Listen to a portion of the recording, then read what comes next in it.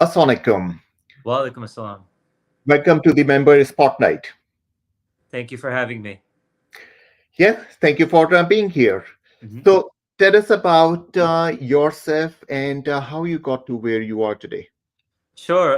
My name is Ahmed Mahmood, originally from South Florida, relocated to Atlanta back in 2014.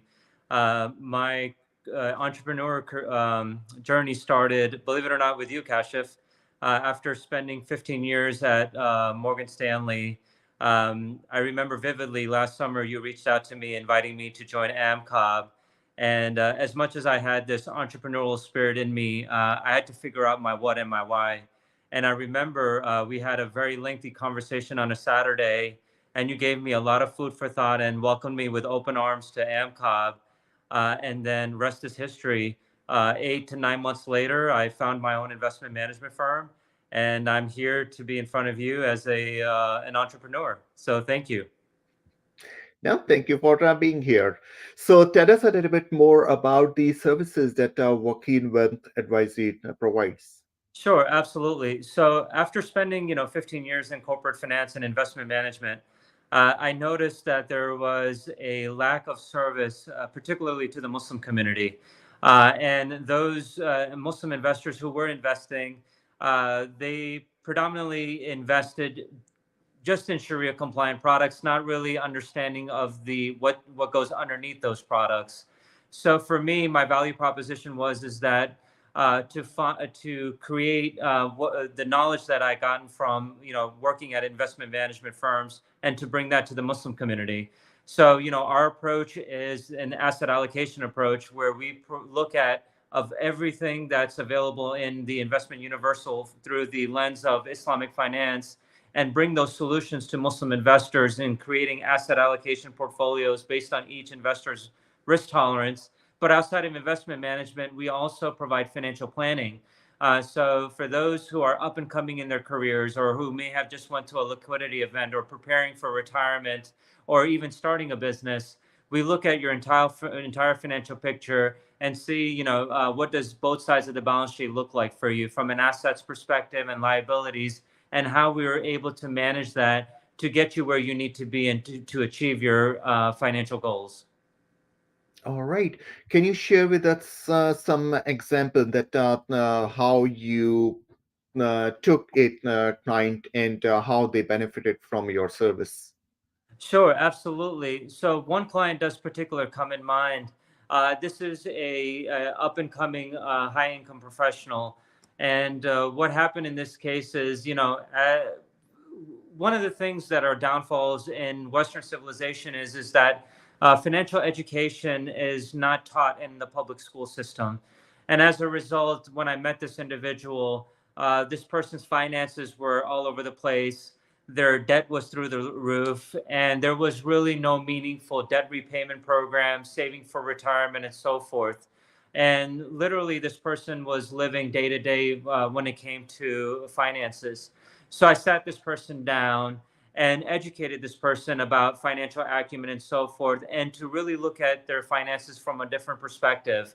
And what we did is we looked at this person's cash flow, laid all of the debts on paper, and then started creating a debt repayment schedule, which looked like paying the highest interest bearing debts first, and then started paying all those debts down.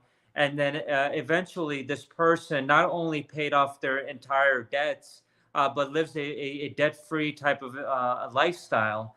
And now this person has accumulated a net worth from mid to high six figures, and is a mid level executive at a Fortune 500 company who's also exploring the idea of creating a supplemental source of income, something that this person is very passionate about. Okay. So, from financial management perspective or financial planning perspective, are there any tips that you would like to share with the audience? Absolutely. I think, when it comes to financial management, it's become a taboo in society. And what we see, or what I've seen personally, is rather than running ahead, we tend to run away from it and put it in the back burner of let's deal with it at a different time. I Mhm. think when it comes particularly to your own financial circumstances, intervention sooner is better than later. And I will tell you, you want to any financial situation you may have, you want to attack it head on, and do not be afraid to seek guidance. There are plenty of professionals that are out there that are willing to help you to get you where you want to be. And the saying goes, if you plan to fail, you fail to plan, right? Or if you fail to plan, you plan to fail. So certainly you want to take the opportunity to sit down, review your financial circumstances, speak with a professional, and early intervention is always better than late intervention. What you don't want to do is later on in life, regretting all that time that you had that where you could have made that intervention to set you up for retirement. And you see that very often, especially in this day and age, where a lot of the previous generations wish that they would have had the opportunity to make that difference in their lives. All right. Sounds good. Tell us a little bit more about yourself outside of work. What do you do? What are your interests or hobbies? Absolutely. I love reading, whether it's financial or history related, particularly when it comes to the Islamic era, the Ottoman Empire, the Arabian Empire, so forth and so forth. But in terms of going out and doing things, my wife and I and my daughter, we love hiking. We certainly love traveling.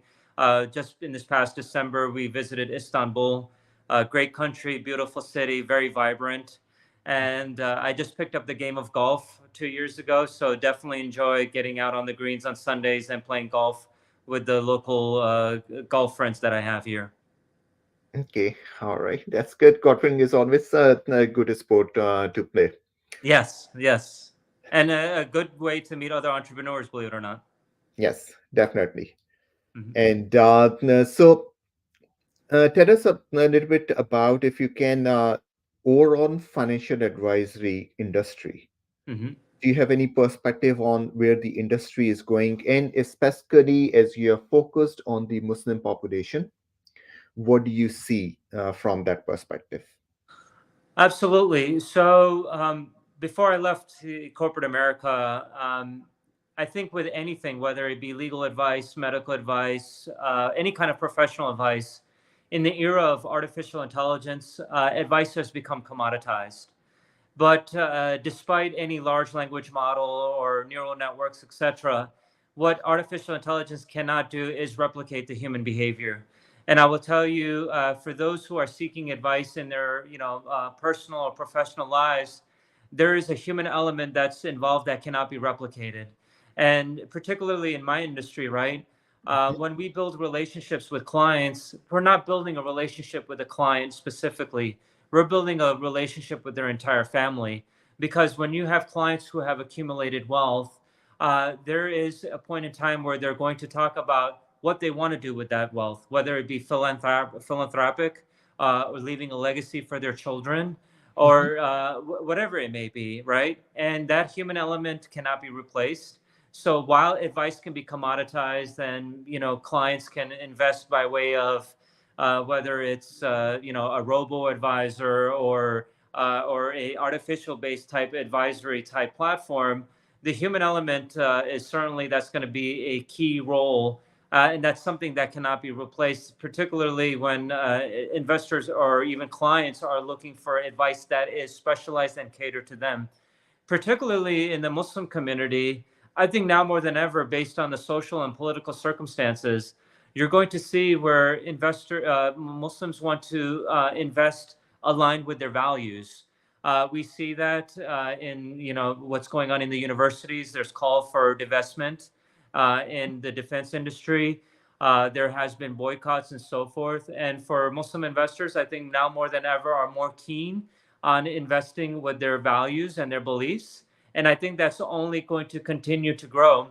I mean, there was a study that was done by a Muslim think tank where that the halal community is going to explode into a $4 to $5 trillion economy in the United States alone. And when you think about that, especially from the investment management landscape, those who want to grow their wealth or accumulate wealth and expand their wealth, there's going to be a huge need and desire in that space. And I think there's that particular space is only going to draw additional capital for that space to continue to grow and service the Muslim community. All right. No, that's definitely there's I foresee that there would be a huge demand for the services that you are providing.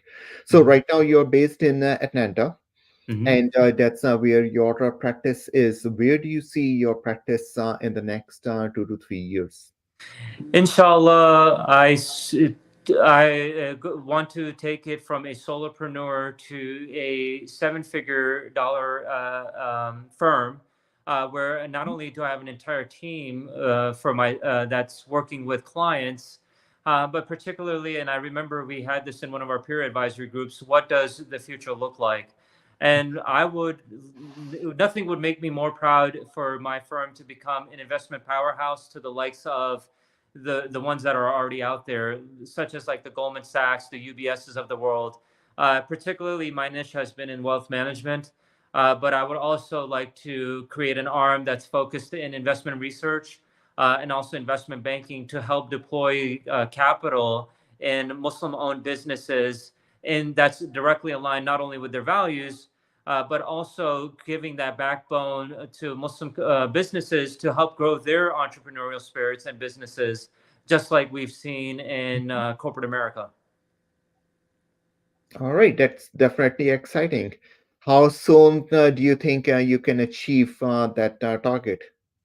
The revenue perspective, I'm hoping to achieve that target in 5 years. In terms of expanding the team, uh, I put all my faith and trust in our creator. He'll get me there.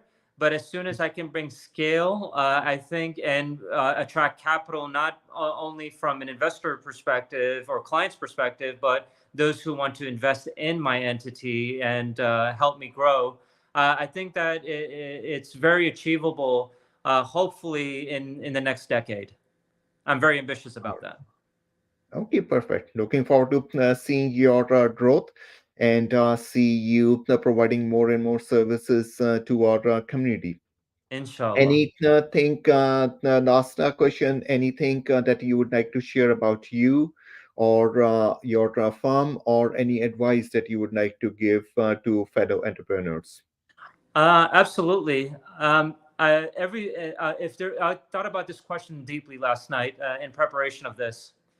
And the one thing that always continues to resonate me, whether it's a parent, husband, family member, a volunteer, entrepreneur, or professional, one thing that has always worked for me is servant leadership.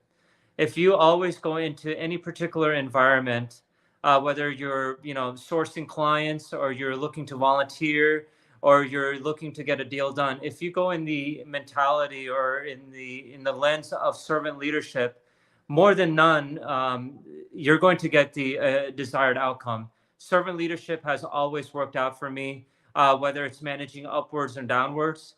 And if you go in the idea of to serve others, the money and the success will follow. So, to all my fellow entrepreneurs out there, if you really grasp the idea of servitude, it will definitely pay you dividends for years to come, inshallah. All right. Thank you for sharing that wisdom with us.